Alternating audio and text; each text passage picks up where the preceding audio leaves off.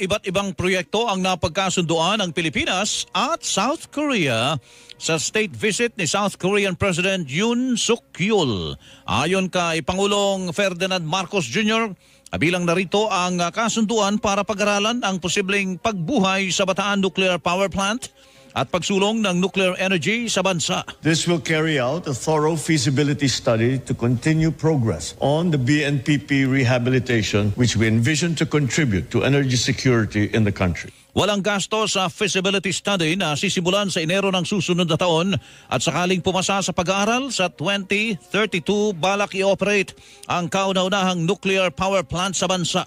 Napagkasundan ding pupondohan ng Korean company sa mga gagawing kalsada sa paligid ng Laguna Lake at mga tulay na magdurugtong sa Panay, Guimaras at Negros Island. Batay o balak namang bumili ng South Korea ng nickel at iba pang mineral sa Pilipinas na mahalaga sa isang bansa na